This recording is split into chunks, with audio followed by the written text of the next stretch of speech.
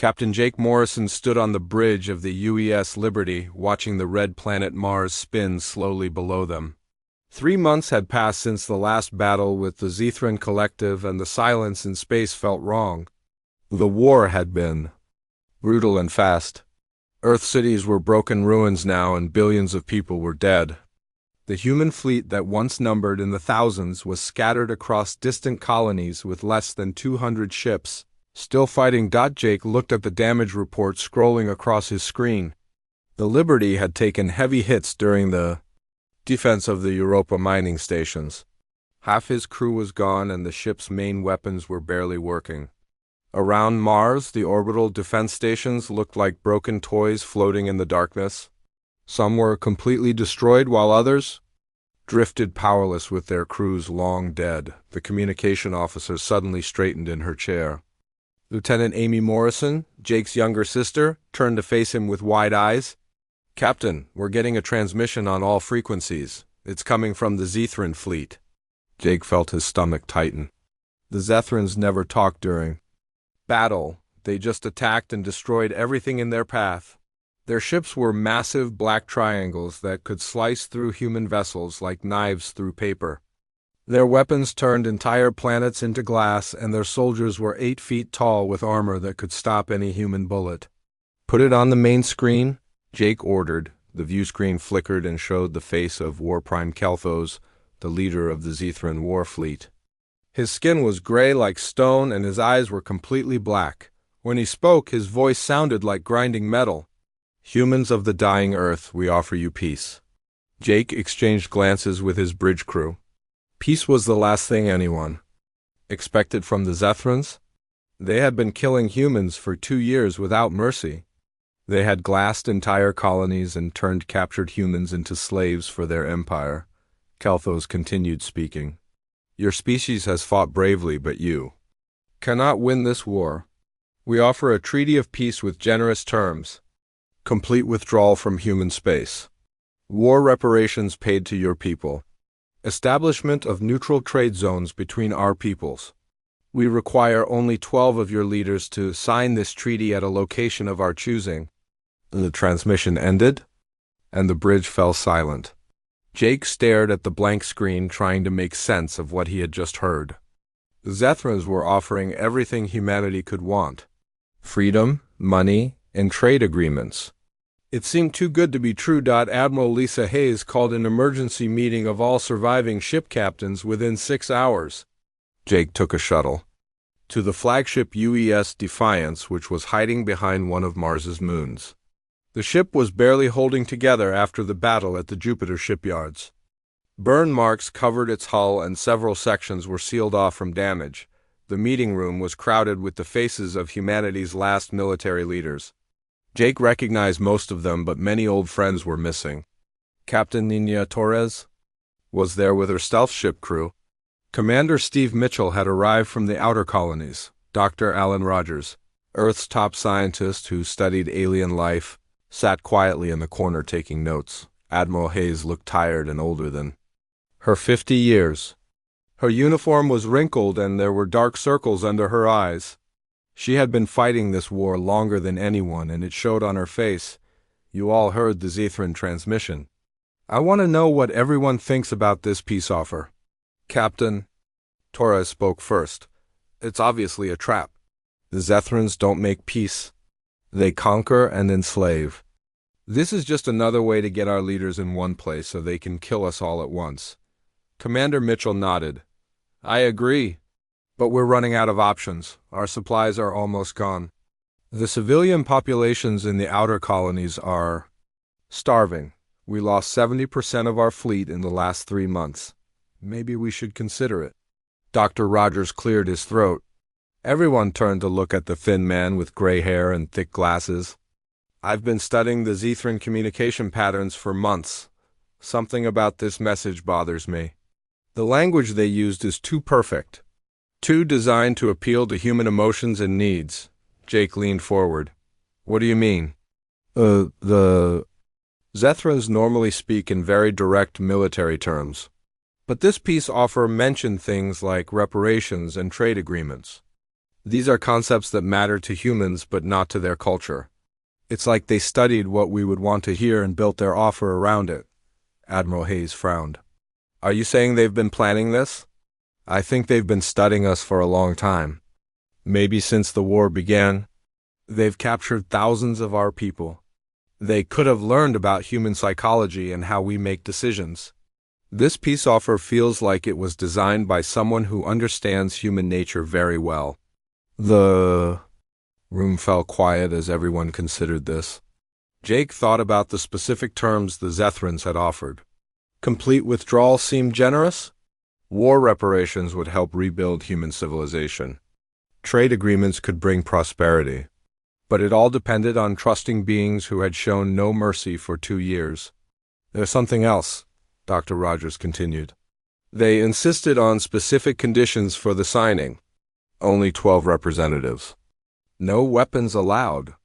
And it has to happen during what they call a sacred cosmic alignment that occurs once every 50 years. Captain Torres laughed bitterly. Sacred alignment, right?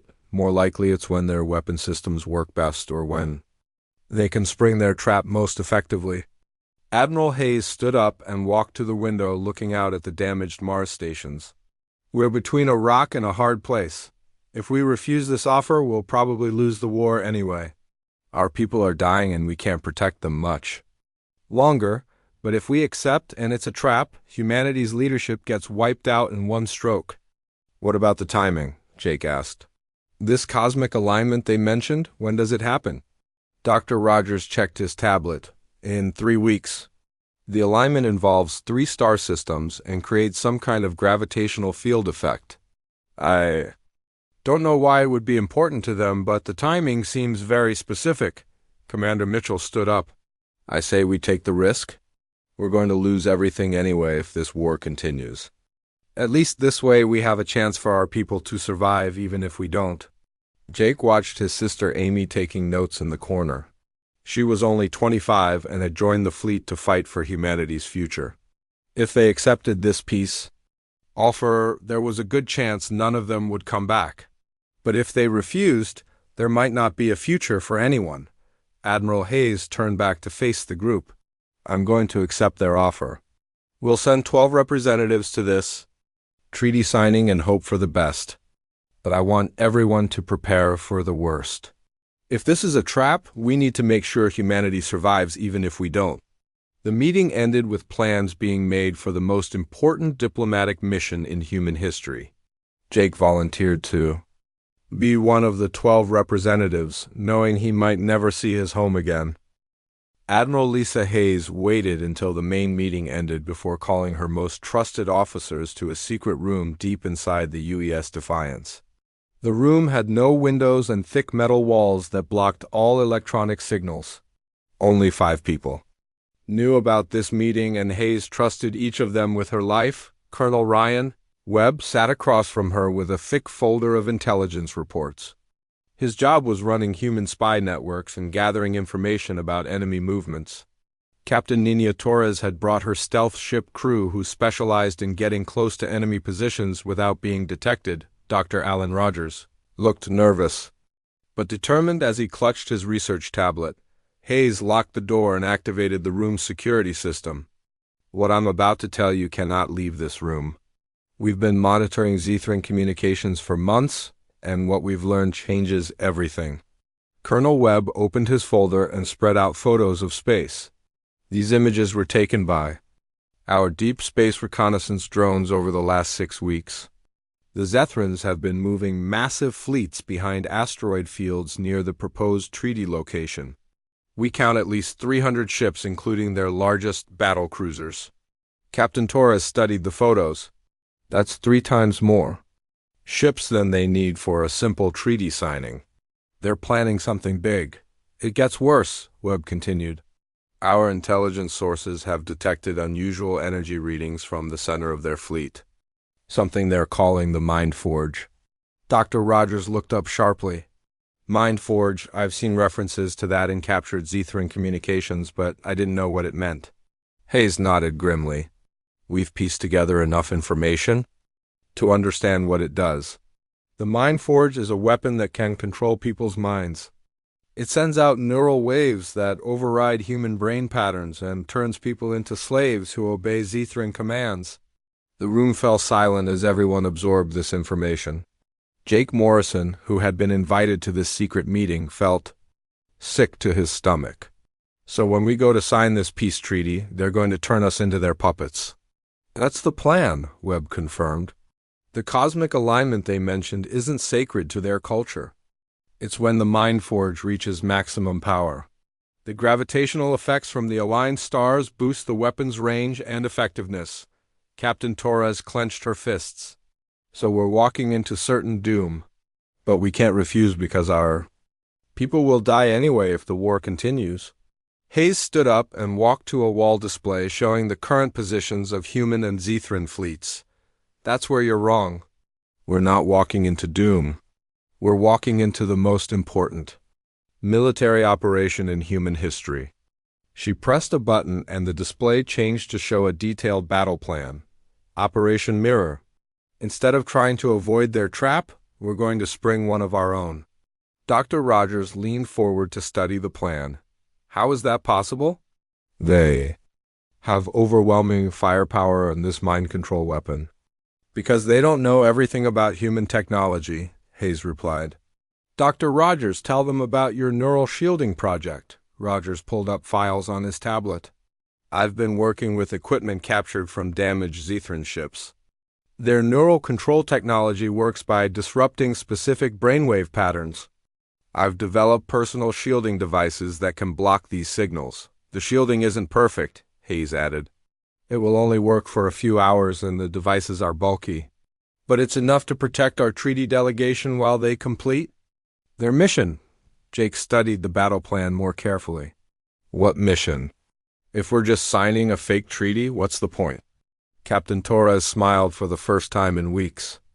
While the Zethrans are focused on their ceremony and their mind forge, my stealth teams will be planting quantum resonance bombs throughout their fleet. These bombs are designed to chain react and destroy multiple ships at once. Colonel Webb pointed to another part of the plan. Commander Steve Mitchell is leading the evacuation of all civilian populations to hidden bases in the Kepler system. By the time the Zethrans realize what's happening, our people will be safe. Hayes looked around the room at each person. This plan requires sacrifice. The 12 representatives going to the treaty signing know they probably won't survive. But their sacrifice will save millions of human lives and might end this war. Jake felt a cold weight in his chest. Amy volunteered to be one of the 12 representatives. My sister thinks she's going to a diplomatic meeting. She knows the risks, Hayes said quietly. Everyone volunteering for this mission knows they're probably going to die. But they also know their deaths will mean something. They'll save humanity. Dr. Rogers was studying technical specifications on his tablet. There's something else we need to consider. If we can capture or disable the Mind Forge instead of just destroying it, we might be able to reverse its effects on planets the Zethrans have already conquered. What do you mean? Torres asked. The Zethrans have enslaved dozens of alien species using similar technology. If we can turn their own weapon against them, we might be able to free millions of beings across the galaxy. Hayes nodded. That's part of Operation Mirror. We're not just trying to survive this war. We're trying to end the Zethran threat permanently and free everyone they've enslaved. Colonel Webb pulled out another set of documents. Our intelligence suggests that many alien species are waiting for someone to challenge Zethran dominance. If we can prove that the collective can be defeated, we might gain allies across the galaxy. Jake looked at the faces around him. These people were planning the most dangerous mission in human history, and they seemed almost calm about it. How? Do we know the neural shielding will work? What if Dr. Rogers is wrong and the Mind Forge affects us anyway? Rogers adjusted his glasses. I've tested the shielding on captured Zethran control devices. It works for limited periods. But you're right to be concerned. If the shielding fails, our people will become Zethran slaves, just like they planned. That's why timing is crucial, Hayes explained. The treaty delegation has to complete their mission before the neural shielding breaks down. Captain Torres and her teams have to plant all the bombs and get clear. Commander Mitchell has to finish the civilian evacuation. Everything has to happen perfectly. Torres stood up and gathered the photos. My stealth ships can get close to the Zethran fleet without being detected. We've been practicing this infiltration for weeks. The quantum bombs are small enough to hide, but powerful enough to cripple their largest ships. What about after the attack? Jake asked. Even if we destroy their fleet and disable the mine forge, there are still Zethran forces across the galaxy. Webb smiled grimly. That's where the psychological warfare comes in. We've been feeding the Zethrans false information for months, making them think we're weaker than we really are. They believe this peace treaty trap will end human resistance permanently. When we turn their trap against them and broadcast the truth about their crimes across the galaxy, it will shatter their reputation for invincibility, Hayes added. Other species will see that the Zethrans can be defeated. Dr. Rogers was making calculations on his tablet. If we can modify the Mind Forge to broadcast a liberation signal instead of a control signal, we could free enslaved populations on hundreds of worlds simultaneously. The meeting continued for 2 more hours as they refined every detail of Operation Mirror. When it ended, each person had specific tasks and knew exactly what they had to do. Jake walked back to his ship feeling like he was carrying the weight of humanity's future. 3 weeks later, he would find out if their desperate plan could save the human race. The space station Meridian 7 hung in the darkness between 3 star systems like a metal flower with its petals spread wide. Jake Morrison stood in the observation deck of the human diplomatic ship watching the massive structure grow larger. As they approached, the station had been abandoned for decades, but now it sparkled with new lights and activity as both human and Zethran ships gathered for the historic treaty signing. Dr. Alan Rogers stood beside Jake adjusting the neural shielding device hidden under his diplomatic robes. The device was the size of a book and felt heavy against his chest, but it was their only protection against the Mind Forge. Remember, the shielding will only work for about 4 hours. After that, we'll be vulnerable to their neural control. Lieutenant. Amy Morrison checked her tablet one more time, reviewing the peace treaty terms they were supposed to sign. She looked calm, but Jake could see the tension in her eyes. His sister knew this was probably a suicide mission, but she had volunteered anyway. The ceremony is scheduled to begin in 30 minutes. We need to play our parts perfectly until Captain Torres completes her mission. Around the station, Jake could see the Zethran fleet positioned in precise formations. 50 massive black triangle ships with weapon ports that glowed red in the starlight. Each ship was 10 times larger than the human diplomatic vessel and carried enough firepower to destroy entire planets. Hidden among them were Captain Torres and her stealth teams, invisible to Zethran sensors as they planted quantum bombs on the enemy ships. The human ship docked with Meridian 7 and the 12. Representatives walked through airlocks into the station's main chamber. The room was enormous with curved walls that reached up into shadows. Floating platforms provided walkways between different levels, and holographic displays showed the positions of stars and planets across the galaxy. War Prime Kelthos waited for them in the center of the chamber with 6 other Zethran leaders. Each alien stood over 8 feet tall in black armor that reflected the station's lights like mirrors. Their faces were gray stone with completely black eyes that seemed to look right through the humans. When Kelthos spoke, his voice echoed through the chamber like grinding metal. Welcome, humans, to the ceremony that will bring peace between our peoples. Today ends the war that has brought so much destruction to both our species. Jake noticed that the Zethrans seemed unusually eager to begin the ceremony quickly. They kept looking at displays showing the cosmic alignment of the 3 star systems. Dr. Rogers had been right about the timing. Whatever the Mind Forge needed from this alignment, it was almost ready. The peace treaty documents were placed on a crystalline table that rose from the floor. The terms looked generous on paper. Complete Zethran withdrawal from human space. war reparations worth billions of credits, establishment of trade zones and cultural exchange programs.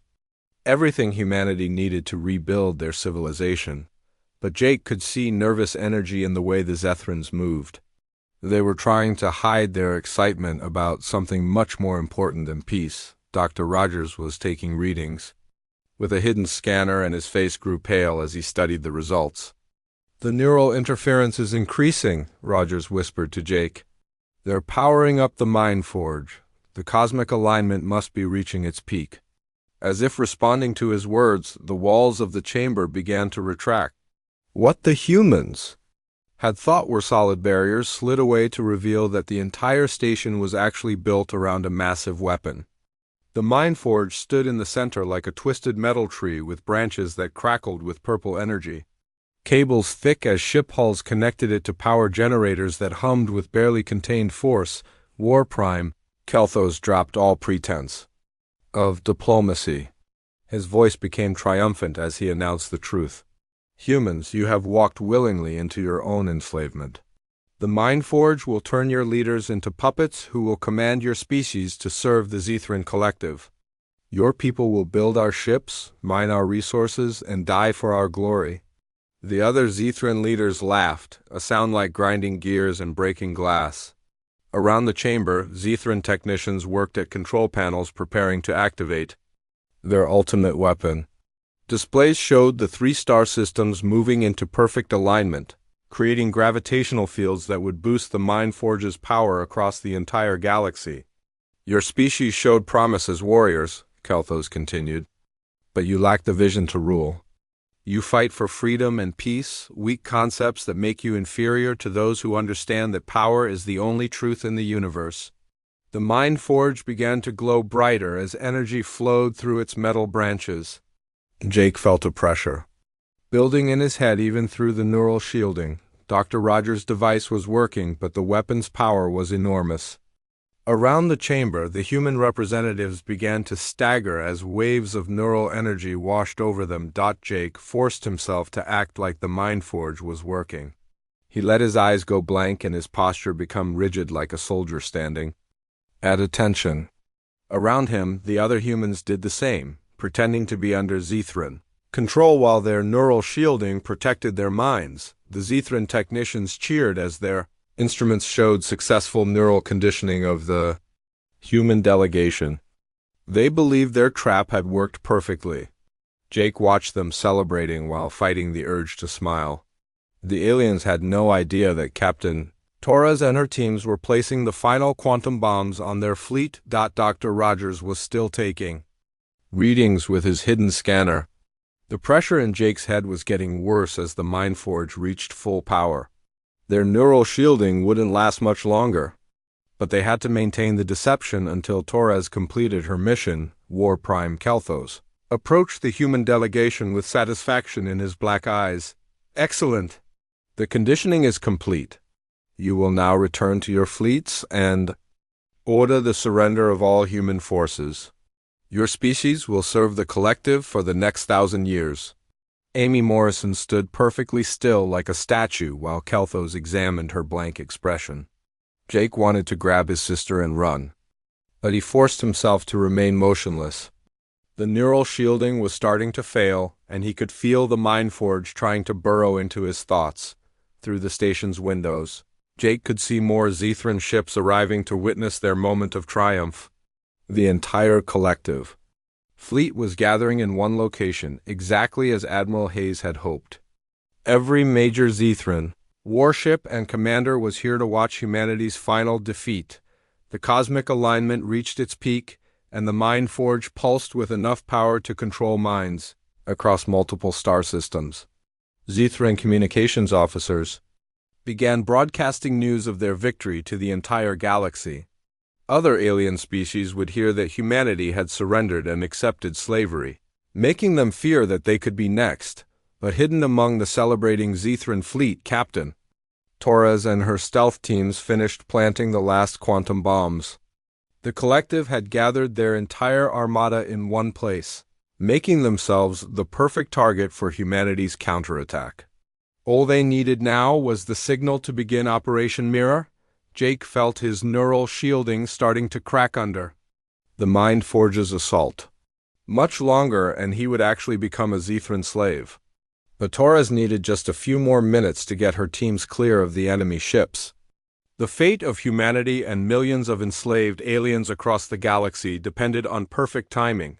War Prime Kelthos raised his armored hand to give the order for the human delegation to return to their ships and begin the surrender of their species. The moment that would decide the future of the galaxy was about to begin.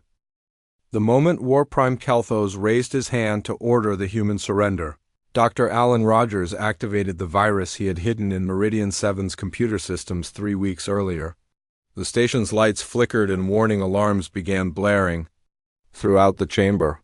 The Mind Forge, which had been humming with perfect energy, suddenly screamed like a wounded animal as feedback loops corrupted its neural control signals. Jake Morrison felt the pressure in his head disappear as the weapons assault on his mind stopped. Around him, the other human representatives straightened up as their neural shielding no longer had to fight the Mind Forge's influence. But they continued acting like mindless slaves while chaos erupted among the Zethran technicians. "What is happening?" Kelthos roared at his control operators. "The Mind Forge should be at full power." The lead technician's gray face had turned pale with fear. "War Prime, the system is experiencing massive feedback.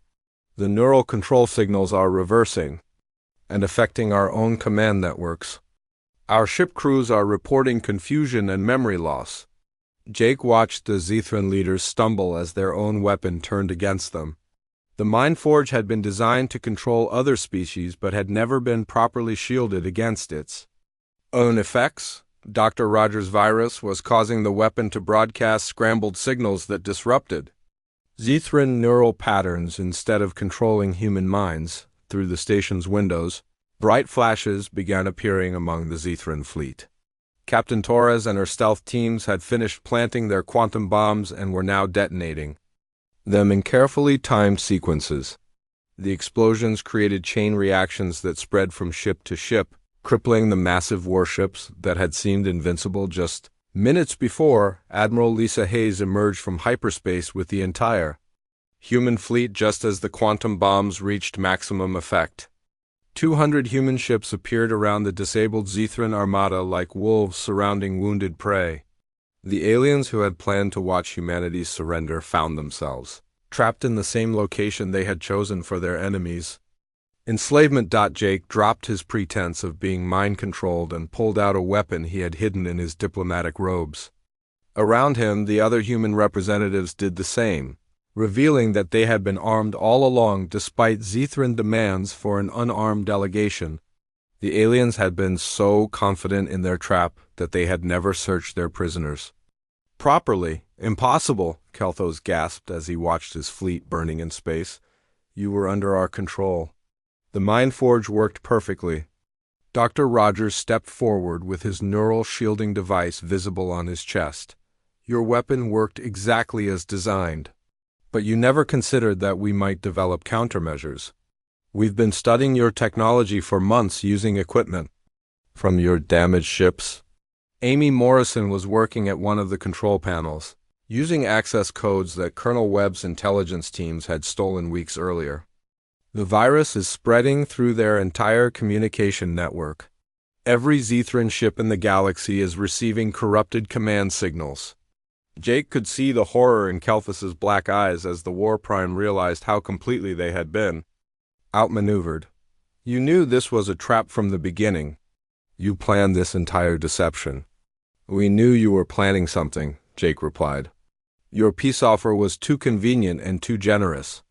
No species that had been trying to exterminate us for 2 years would suddenly offer everything we wanted unless they had an ulterior motive." Captain Torres's voice came through the station's communication system. "Admiral Hayes, this is Stealth. Team Leader. All quantum bombs have been successfully detonated. Zethran fleet is disabled and ready for boarding operations." Hayes responded immediately. "Excellent work, Captain. Begin Phase 2 of Operation Mirror." Dr. Rogers was now working at the Mind Forge's main control panel. The weapon's neural transmitters are still functional despite the feedback damage. If I can reverse the signal polarity and boost the power output, we can broadcast a liberation frequency across Zethran space. Liberation frequency? Kelthos demanded. What are you talking about? Your species has enslaved millions of beings across dozens of worlds using variations of this neural control technology, Rogers explained while typing commands into the system. We're going to free all of them simultaneously. The mind forge began to pulse with a different kind of energy. Instead of the purple glow of neural domination, it now radiated blue light that felt warm and peaceful. The liberation signal spread outward from the station at faster-than-light speeds, reaching every world where the Zethrans had used mind control to enslave other species. Amy Morrison was monitoring communication channels from across the galaxy. It's working. We're receiving distress signals from Zethran colonies. Their slave populations are breaking free and turning against their masters. War Prime Kelthos collapsed to his knees as the liberation signal affected the neural implants that connected him to the collective's command structure. For the first time in his life, his mind was completely his own without the influence of Zethran conditioning. The experience was overwhelming for someone who had never known individual thought. This is impossible, he whispered. The collective has ruled for 1,000 years. Our empire spans half the galaxy. How could a primitive species like humanity destroy everything we built? Jake looked down at the defeated alien leader with something approaching pity. You made the same mistake that every tyrant makes. You thought fear and force were the only sources of power?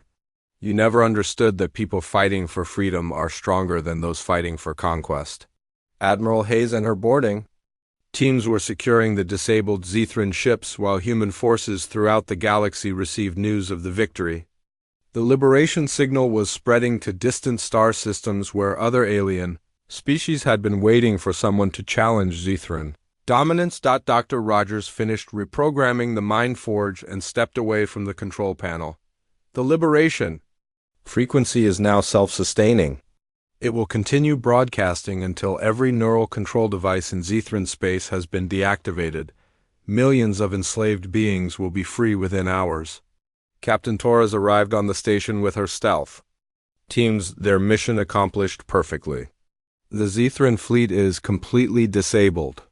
We captured their command ships intact along with their databases, containing information about every colony and slave world in their empire. Amy Morrison was translating incoming messages from newly freed alien species. Admiral, we're receiving communication requests from the Andromedan Consortium, the Centauri war clans, and at least 12 other species. They want to discuss forming an alliance against any remaining Zethran forces. Hayes smiled for the first time in months. Open channels to all of them. Tell them humanity is honored to meet with free people and discuss cooperation between our species. Jake watched War Prime Kelthos being led away by human guards. The alien who had planned to enslave humanity was now a prisoner facing trial for genocide and crimes against millions of beings. The collective that had terrorized the galaxy for 1,000 years was collapsing as their enslaved populations rose up in rebellion. How did you know our psychology well enough to create this deception? Kelthos asked as the guards stopped beside Jake. How did you understand our weaknesses better than we understood yours? Jake thought about the question for a moment. You studied humanity to learn how to control us, but you only looked at our fears and desperation. You never bothered to understand our strengths. You saw our willingness to sacrifice for others as weakness when it's actually our greatest source of power. The liberation signal continued spreading across the galaxy, reaching worlds that had been enslaved for generations. Free people were rising up everywhere, inspired by humanity's example and empowered by technology that broke the chains of mental domination. The galaxy would never be the same. 6 months after the liberation of Meridian 7, Jake Morrison stood in the observation deck of the newly constructed space station New Geneva, watching ships from dozens of different species arrive for the first Galactic Liberation Alliance summit. The station had been built on the ruins of the old Meridian 7, with the former Mind Forge now converted into a memorial for all beings who had died under Zethran rule. The transformation of the galaxy had been swift and dramatic. Within hours of the liberation signals broadcast, rebellions had erupted on over 300 Zethran colony worlds. The enslaved populations, free for the first time in generations, had turned against their masters with a fury that surprised even the humans who had liberated them. Admiral Lisa Hayes walked up beside Jake carrying a tablet filled with reports from across known space. The Lazia Saran holdout fortress surrendered this morning. The war is officially over and their empire has completely collapsed. Jake watched an elegant ship with flowing curves dock at the station. The Andromedan Consortium had sent their finest diplomatic vessel crewed by beings who looked like tall, graceful humans with silver skin and large eyes. They had been among the first species to contact humanity after their liberation, offering friendship and technological exchange. "Any word from Captain Torres?" Jake asked. Hayes smiled. "She's on her way back from the Rigel system where she helped the Centauri war clans establish their new government. Apparently they want to name their capital city after her." The Centauri had been enslaved for 200 years before the liberation signal freed them. They were fierce warriors who had fought the Zethrans for decades before being conquered. Now they were humanity's strongest military allies and had provided crucial support in hunting down the last collective loyalists. Dr. Alan Rogers emerged from a lift carrying an armload of research files. Over the past 6 months, he had been working with scientists from 12 different species to understand and improve the liberation technology. "The neural freedom protocols are working perfectly. We've successfully freed populations on 417 worlds so far." Amy Morrison joined them at the observation window. She had been promoted to commander and now served as humanity's primary liaison with the newly freed alien species. "The Tausetians just sent another message of gratitude. They want to establish a permanent cultural exchange program with Earth." Jake thought about how much had changed since that desperate day when the Zethran peace offer had arrived. Humanity had gone from the brink of extinction to becoming leaders of a galactic alliance. But it hadn't been easy.